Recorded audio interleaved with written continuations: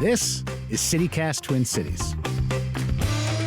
I'm Sean McPherson, and here's what the cities are talking about. Denzel, do you salt after you shovel?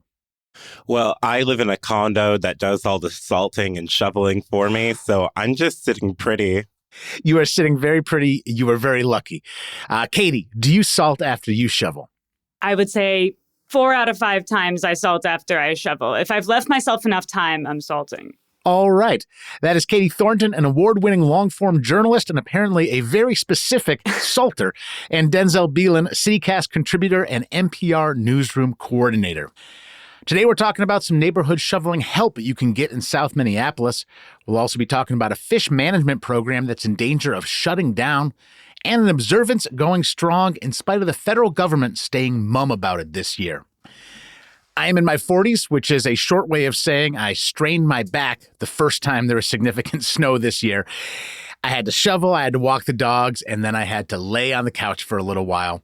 But proper shoveling is very necessary to keep our sidewalks navigable.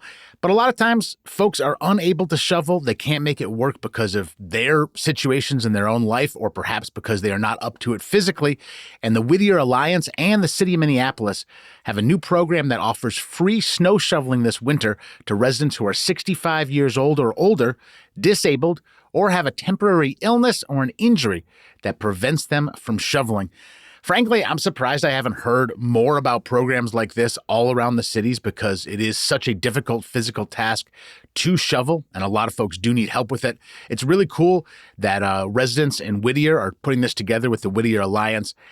I am just kind of wondering, Denzel, what is Whittier? Where is Whittier? Oh, the great question. I think a lot of people would consider Uptown 5 different neighborhoods put together, but Whittier is actually 35W to Lindell Avenue, Franklin Avenue to Lake Street. So it's a pretty tight little area that you probably have called at one point Uptown. But again, it's just that small area there. Katie, you got strong feelings about snow and about shoveling. Are you excited about this program, or do you have your doubts about it? I am really excited about this program. Like many of us, I'm sure I have been in positions where it is very difficult to shovel, also where it is very difficult to walk across unshoveled sidewalks. I don't know if you've ever been injured in the winter, but it can be hell here. And I think, we all know that Minneapolis is a cold weather city, right? I think we've all accepted, you have to lean into it. If you try to ignore it, this is not going to be a compelling place to live. But I think that really means, the city has to deliver on making this livable in the winter. And it's so funny to me because every few years there's these debates about, should we have a municipal shoveling program, all of these things. And it's just yes. Absolutely. At some point in our history, we decided, hey, we're going to buy a ton of plows. We're going to make it so that everybody has to move their car to these different sides of the streets. We're going to change the street color signs for snow emergency routes, all these things that we just take for granted now. And we get our roads cleared in a matter of a few days. And it might seem like a hassle to us, but that is a lifesaver. People come and visit from other cities and they're like, oh my God, you guys actually get your streets plowed in 3 days. These are just things that we need to do to aid the survivability of our Minneapolitans all season, all year long. And I think that people should get paid for shoveling. It is hard, physical work. I think that people should be able to walk around in the winter, and it's a public service. So yes, pay people to do it and let people get their sidewalks shoveled. And Katie, what I really love about what's happening here that Whittier is doing is that on one landing page, it has sort of both options for you, right? If you happen to be one of those people who's 65 or older, disabled, have a temporary illness or injury, you can go to whittieralliance.org and be able to sign up for this help, which that shoveling would include that public sidewalks leading up to your home's front door, Incredible. and the area around your trash, recycling, compost bins. And they're trying to make it happen around 24 hours after each snowfall. Of course, we can't guarantee that depending on the popularity, but you can go to that exact same page if you're I love to shovel. And I definitely know a handful of people who are hand me that shovel, let me show you. They are stronger people than me in every sense of the way, but they could also sign up to be a shoveler at whittieralliance.org. And that opportunity is paid. It's $25 an hour, and this program runs through April because that's the way Minnesota is, right? And the Alliance provides the shovels, the sand, the salt, and the training in case you just happen to be one of those like swole gym bros that's like, I've been like bulking and I'm ready to like put those muscles to use, but I don't quite know the proper snow training. Whittier Alliance is going to do that for you too. And honestly, I'm super, super excited that the Whittier neighborhood has this. I love it. I just want to send them over to St. Paul because we don't even get our alleys plowed. We have to pay per block to get our alleys plowed. I feel like we're in the dark ages over here. But frankly, this is really welcome, especially in an area like Whittier where there are so many people who walk around. And Denzel, I know you are famously without a license. Have you really been frustrated at times when you've been trying to walk from point A to point B and you go past a bunch of spots where folks have not shoveled the way? Absolutely. It's one of my biggest gripes living in the Twin Cities. I often will just walk in the middle of the road. Yes. And if a car sees me, I just sort of give them that look that's like, look, this isn't my fault. If the sidewalk was cleared and I felt safe there, I'd be there. Hopefully you understand that I cannot be your Toyota. Let me just quote my grandma I never even really talked to. The ER rooms are filled with people who had the right of way, Denzel. And so just remember, if you're trying to make a point, don't make it with a forerunner. You know, like at some point, you want to survive. But I understand that it's really problematic for folks who are walking around when you can't actually use the sidewalk. So hopefully this will help that in Whittier. And if this catches on, hopefully more spots in Minneapolis and perhaps St. Paul as well will pick up and have the same kind of program in other neighborhoods. And I can't wait to see like what goes well and what doesn't go so well because it's a pilot, right? Like things are going to be, it's in an experimental phase. And I can't wait for folks to be like, hey, that was an unexpected issue. Let's fix it. Let's make this better. I mean, truly, it's like, because I share your frustration, Denzel, of just like needing to walk in the middle of the street. And, you know, at various times in my life, I've had some weird like medical issues that have made it very difficult to walk in the winter. But I can't be mad when people's sidewalks aren't shoveled because I imagine they might be like in a situation that I've been in before where it was very difficult to shovel. And so I think it's just like, this is something that places do. Like this happens in other cities. I believe Richfield even has a municipal shoveling program. Like it happens in a lot of non-US cities. Like this is not that crazy of a thing to do, but I am crazy excited about it. Like I'm really, really hopeful about something like this. Well, we want to hear from you. What do you think about this program? What's your favorite expletive to say when someone hasn't shoveled their sidewalk? Let us know by texting or leaving us a voicemail on that CityCast Twin Cities hotline, 612-217-0637. You might hear those suggestions in an upcoming segment. There's more to discuss, including fish management. But before we do that, we're going to take a quick break.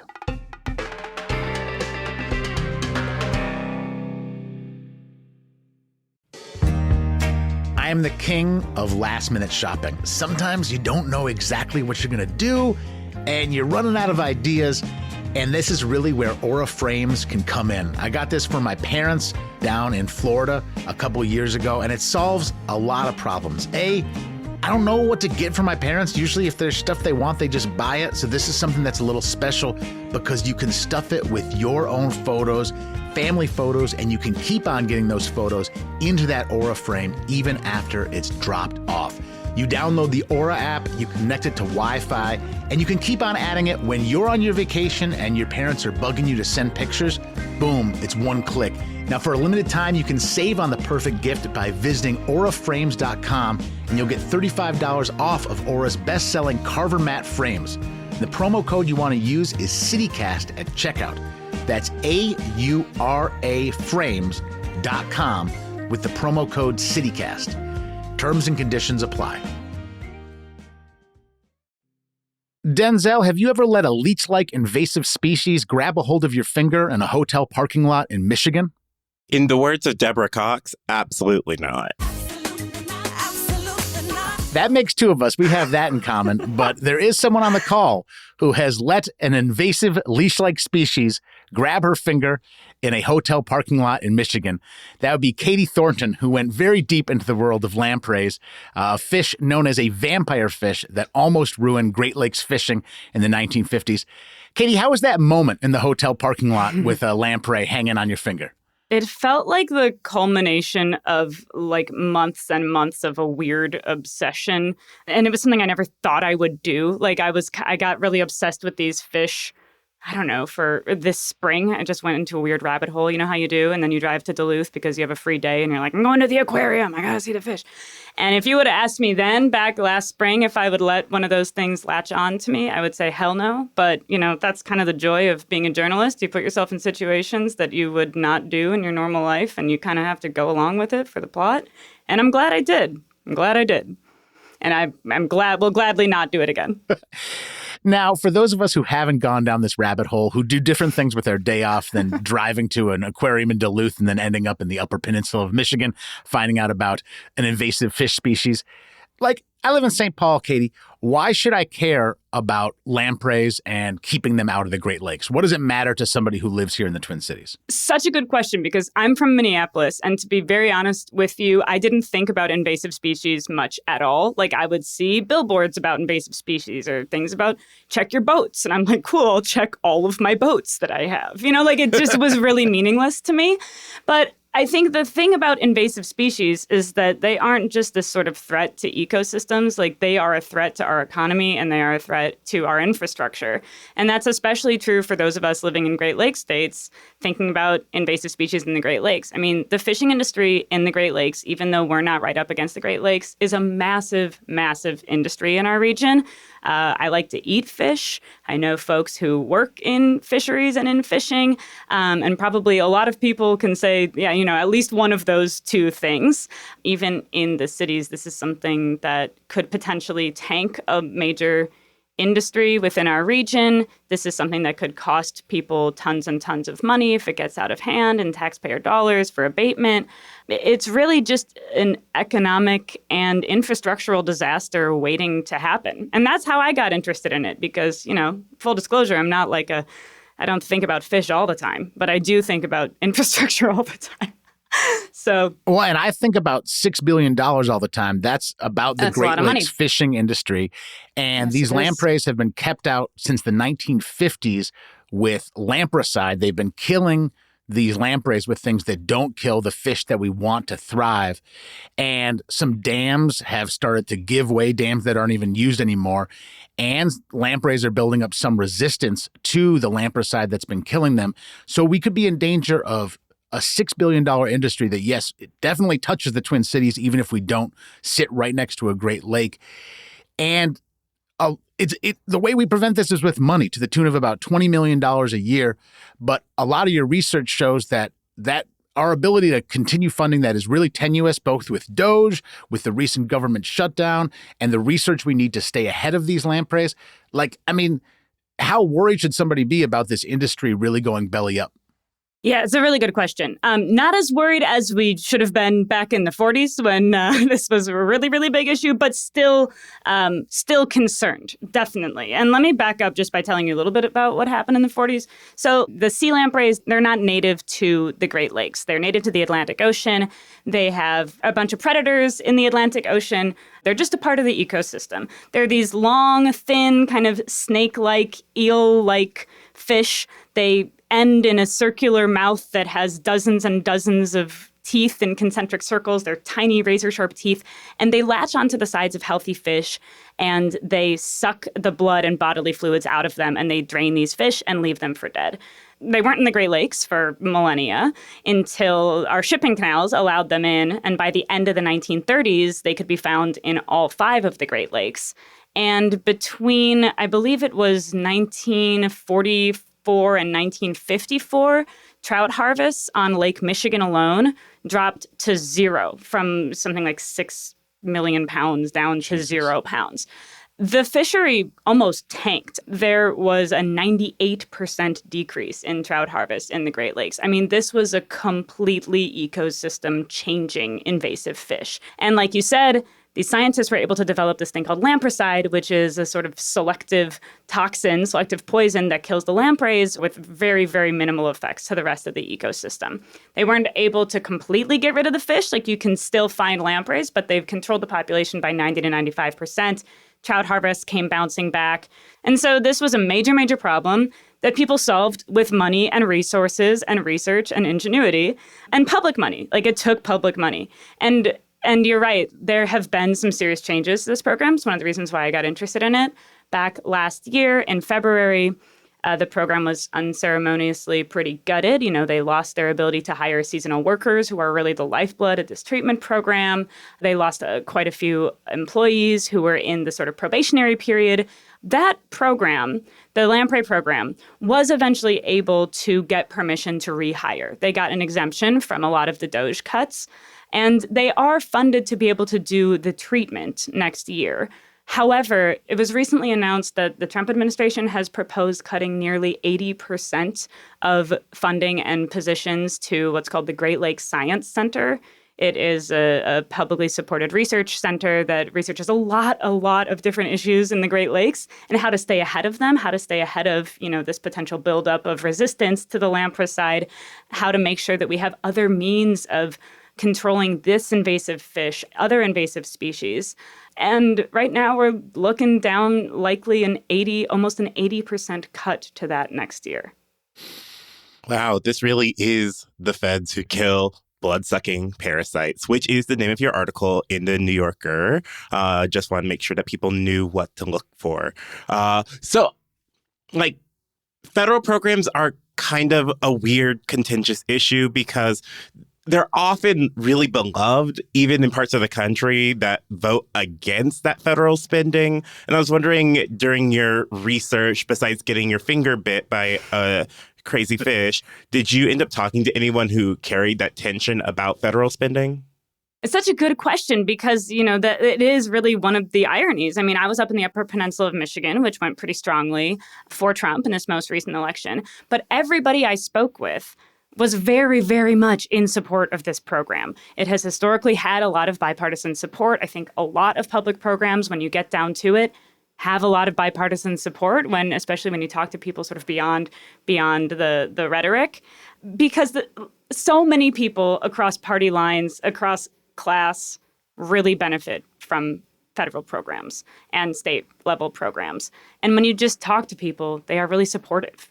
Nobody I spoke with had anything but positive things to say about the lampreys. I think it's kind of a fortunate program because there's enough memory of that history. Like, it's still recent enough history that people up there have a sort of familial connection, maybe. Like, oh yeah, I remember my grandpa telling me about how the streams would look like they were running with spaghetti, filled with these lampreys. Like, there are these sort of horror stories that keep it fresh enough in people's minds that they understand how important these programs are.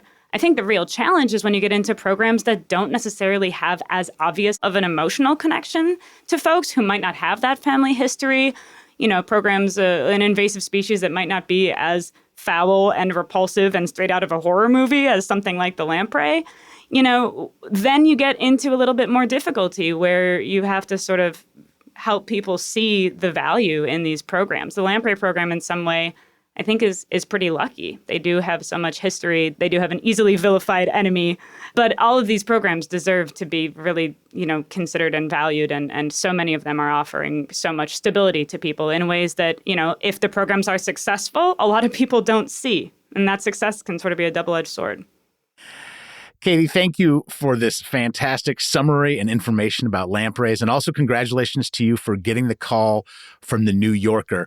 I am an avid reader of the New Yorker, and you followed what seems like this unwritten rule in the New Yorker, which is that the second or third paragraph always has to have an elaborate description of what the person you're talking to looks like. Like, you're like, okay, I got Allie. And then you're like, she has French braids and she's 5'11" and exactly like this. When you get the assignment from the New Yorker, they go, here's what we'll pay you. Here's your budget.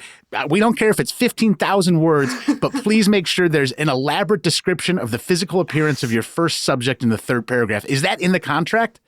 Yeah, I think those were the exact words. Yeah. What the hell? What is that? What the hell is that about? Like, what is that a thing?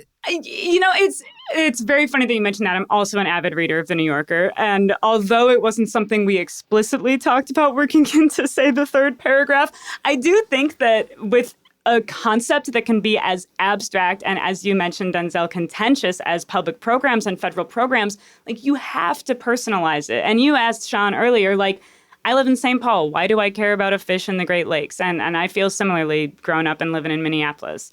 But if you can help sort of paint this picture of the humans who are involved in this project and the people who are impacted, I think it just really grounds it in a way that to me is much more grounding than just talking about a fish and a dam or something like that. And also, these folks were generous enough to let me join them on these sample runs, to stay out late with them and go wade through waters with them in the middle of the night and collect these fish and dump this toxin into the water. And I wanted to sort of make sure that they got celebrated for the work that they were doing too. And so, these are real folks who care very deeply about this. It was a great read. I definitely recommend checking it out in the New Yorker. And we also want to know what you think about invasive species. How does the Great Lakes health impact your life here in the Twin Cities? Give us a call or send us a text, 612-217-0637. There's more to discuss. Before we do that, we're going to take a quick break.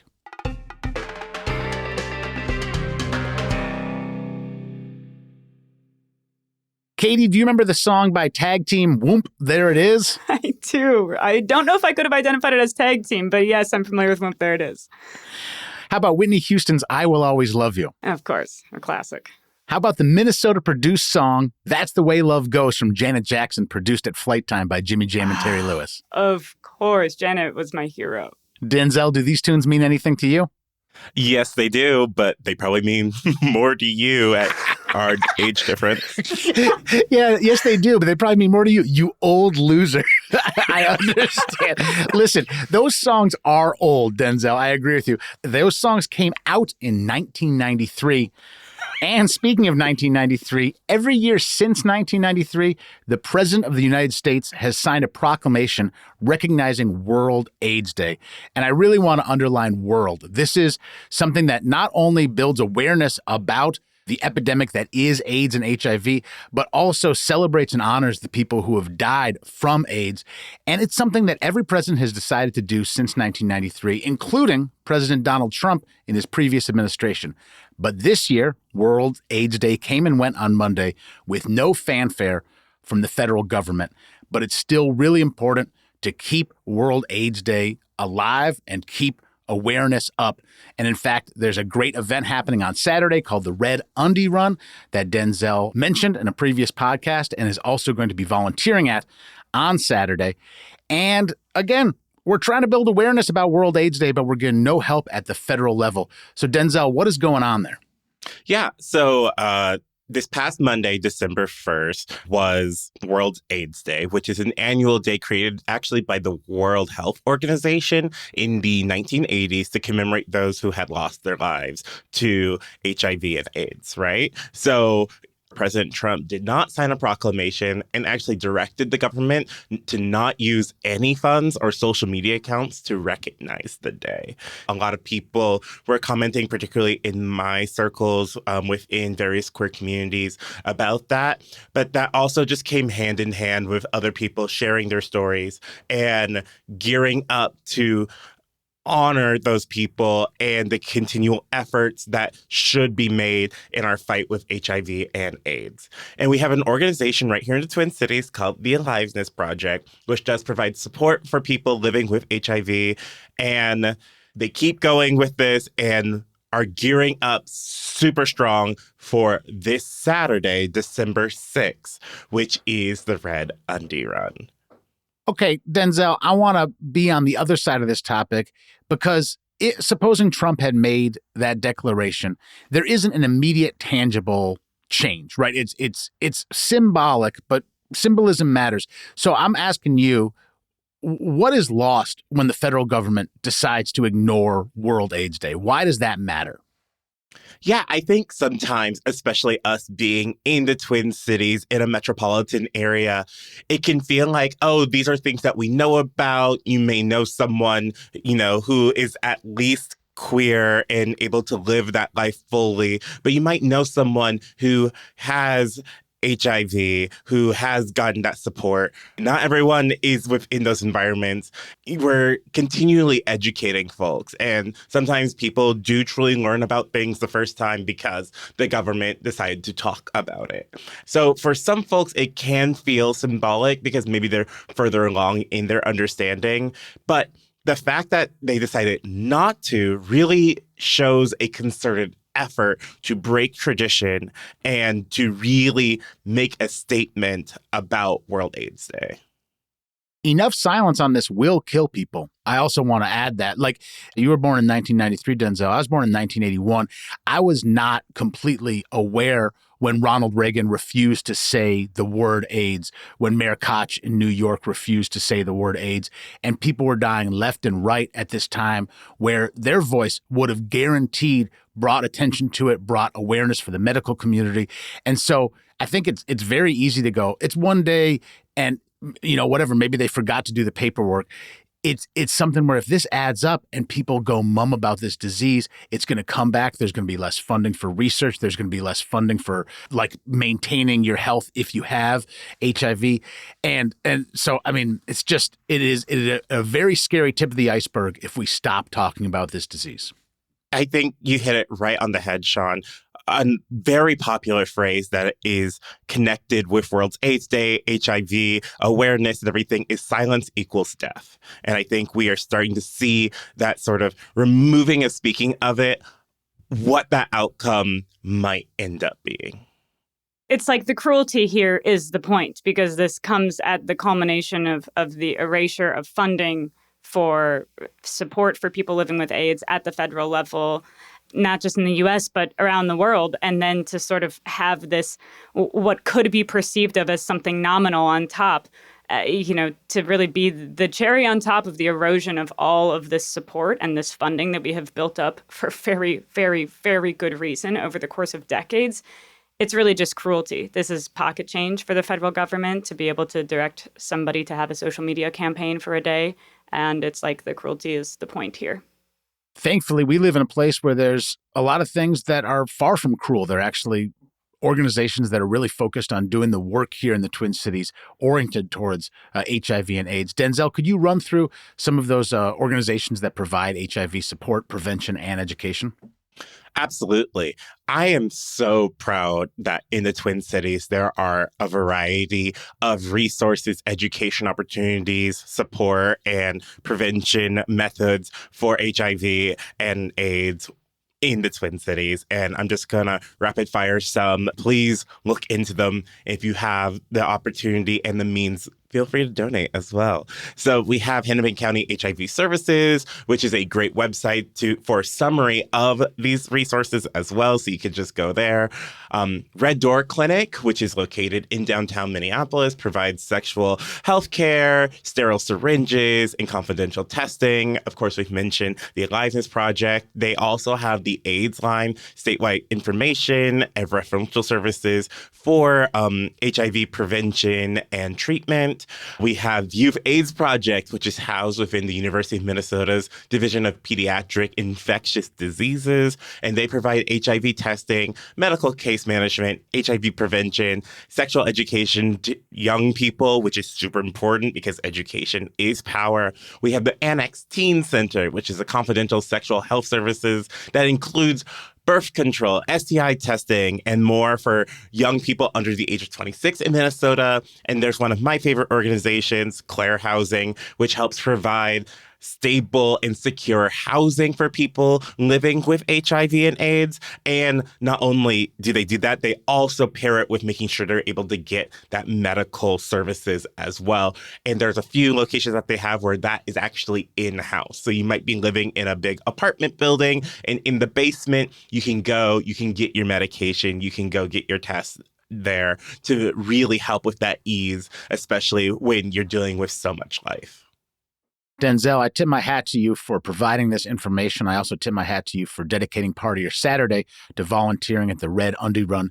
And thank you for making us aware of this for your work here on CityCast Twin Cities. Absolutely. I fully do believe that the more we give back into our communities, that is the strength that we witness as we have people-to-people connection. I expect nothing less from Mr. Twin Cities Leather 2026. That's all we got for you here on CityCast Twin Cities. I'm your host, Sean McPherson. Katie Thornton, Denzel Belin, thank you for being here today. Thanks for having us. Always a pleasure. Always a pleasure.